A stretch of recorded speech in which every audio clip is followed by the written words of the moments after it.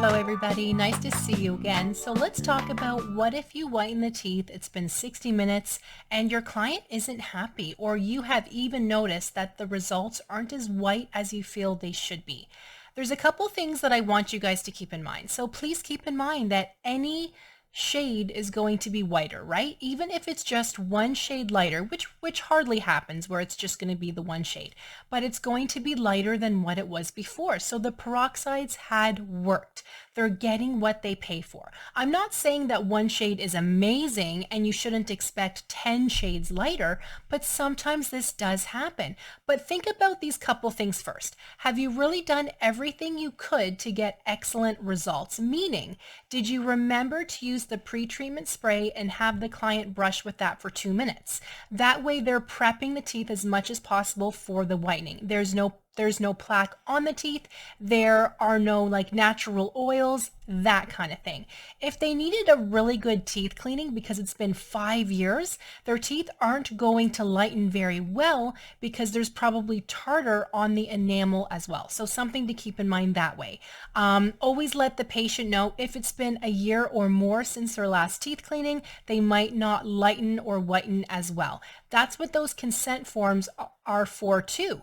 It kind of goes over the whole process for them and lets them know you're not a musician. You're not making their teeth pearly white on purpose, but some teeth can only get so far, so white, depending on when their last teeth cleaning was. Another part is if your patient has a lot of saliva, like you can tell because they're laying down and the saliva is just coming out of their mouth, like there's so much. Every time you're taking the next layer off with the gauze, you can tell like, oh my goodness, there's so much saliva, like I need more gauze. The more saliva means the whitening isn't going to work as well either because saliva pools up and then kind of like lessens, dilutes that hydrogen peroxide. So if they do have a lot of saliva, I do suggest after every single layer, take off the peroxide first, take off the cheek retractors, and then have them spit into the sink to get off as much saliva as possible. Also, remind the patient they can swallow. I whiten my own teeth all the time and I have a lot of saliva. I find I have to remind myself. I go, Andrea, don't forget to swallow. It's literally been 5 minutes and I can tell I have so much saliva. So your patient might be feeling that way too. Remind them to swallow. Let them know. Say, you know what? You might have a lot of saliva. Don't be afraid to swallow. You can. That will be more comfortable for you. It is completely safe. If they swallow, they're lessening the saliva in the mouth, which dilutes the peroxide. So the less saliva, the better, but we obviously can't help it if they have a lot of saliva. But taking breaks every 20 minutes really helps. Have them spit out so you're working with a clean, dry surface. Another thing to remember is make sure you're not using expired product. Do you keep it in the fridge? Do you not? I personally do not, because how I see it is if you expose the syringes to natural light, that lessens their potency. There's a light in the fridge, right? Like when you open the door. So I don't really want to expose them to that light either. There's conflicting, what to do. Do you put it in the fridge or not?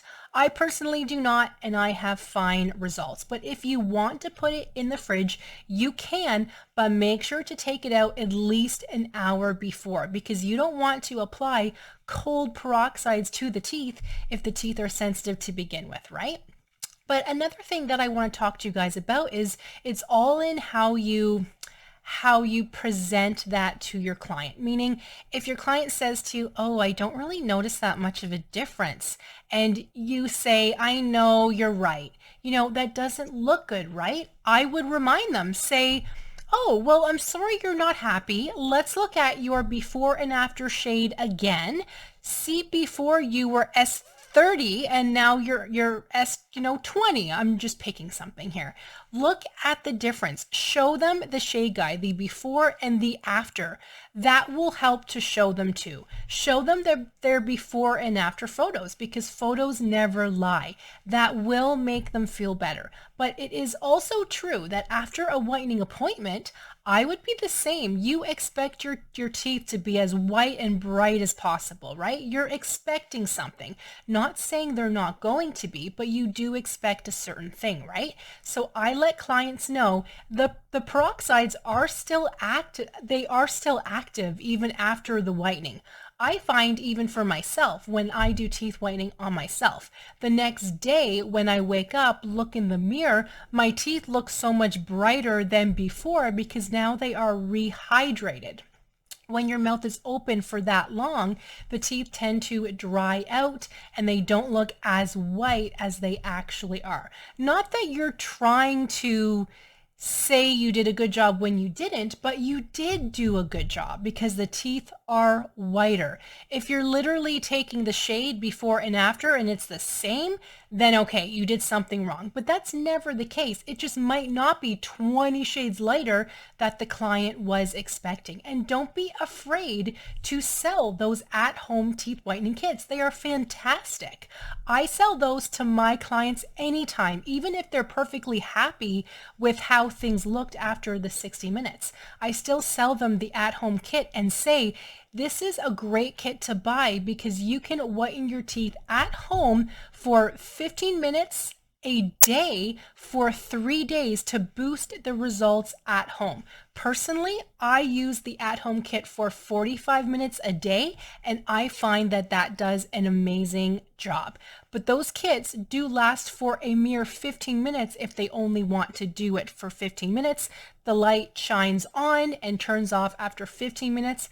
I just simply click the light on again 3 times to get the full kind of results. But you can talk to that more with your client.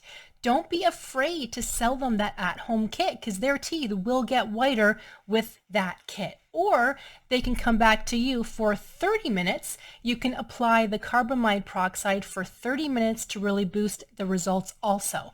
But you should be paying for that. Or sorry, you should have the client pay for that because sure, they're not happy, but you did everything you could.